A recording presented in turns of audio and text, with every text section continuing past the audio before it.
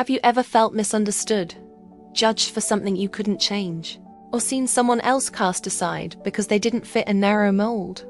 Life has a peculiar way of teaching us that appearances can be deceiving, and true value often lies far beneath the surface.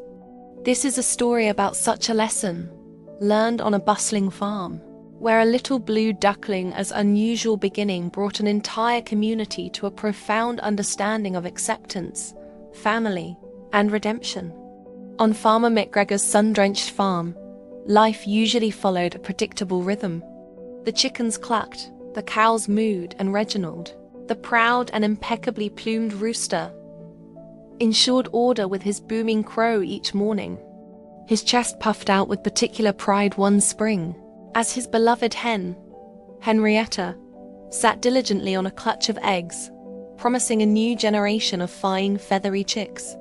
The entire co-op buzzed with anticipation.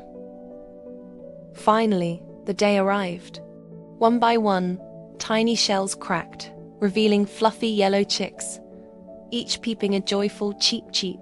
But then, from a slightly larger egg, emerged something quite different. It was a duckling, undeniably so, and not just any duckling. Its down was a vibrant sky blue. As it wobbled on unsteady legs, it let out a hopeful quack quack. Reginald, who had been admiring his new brood, froze. His comb drooped, his eyes widened, and a gasp rippled through the coop. "A duckling?" he squawked, his voice laced with indignation. "An asterisk blue asterisk? And what is that dreadful noise? No proper chick says quack quack. This is an abomination." His pronouncement was harsh, echoing through the stunned silence. Henrietta, bewildered, tried to nudge the little blue creature closer, but Reginald stood firm. "It does not belong here," he declared. "It is not one of us." The little blue duckling, whom we shall call Azure, felt a crushing wave of confusion and sorrow. His small heart ached. He didn't understand why his color or his sound made him unworthy. With a heavy spirit and downcast eyes, Azure quietly waddled away from the warm, familiar nest, past the staring chickens and out of the coop, leaving behind the only family he had ever known. He ventured towards the edge of the farm, a tiny, lonely figure against the vast, indifferent world. But danger lurked beyond the familiar fences. Hiding in the tall grass near the woods, Sly, a cunning and mischievous fox, had been watching the farm with keen interest. He had a reputation for petty thievery and a particular fondness for shiny objects and anything out of place. Seeing the small, vulnerable blue duckling wandering alone, Sly's eyes gleamed with a wicked idea. Before Azure could even comprehend the rustle in the grass, the fox lunged with surprising speed, snatched the bewildered duckling in his jaws, and vanished into the dense woods, leaving only a faint echo of Azure's startled quack. Back at the farm, a different kind of commotion was brewing. A frantic pair of ducks, Drake and Daphne, arrived at the coop, their voices filled with distress. "Our egg! Our precious blue egg!" quacked Daphne, her feathers ruffled with anxiety. "It was stolen. We searched everywhere, but we saw Sly the fox near the chicken coop yesterday. He's always after shiny, unusual things." Reginald, who had been preening, suddenly froze. Sly the fox, a stolen blue egg, a blue duckling that said, "Quack, quack." A cold dread washed over him, chilling him to his very core.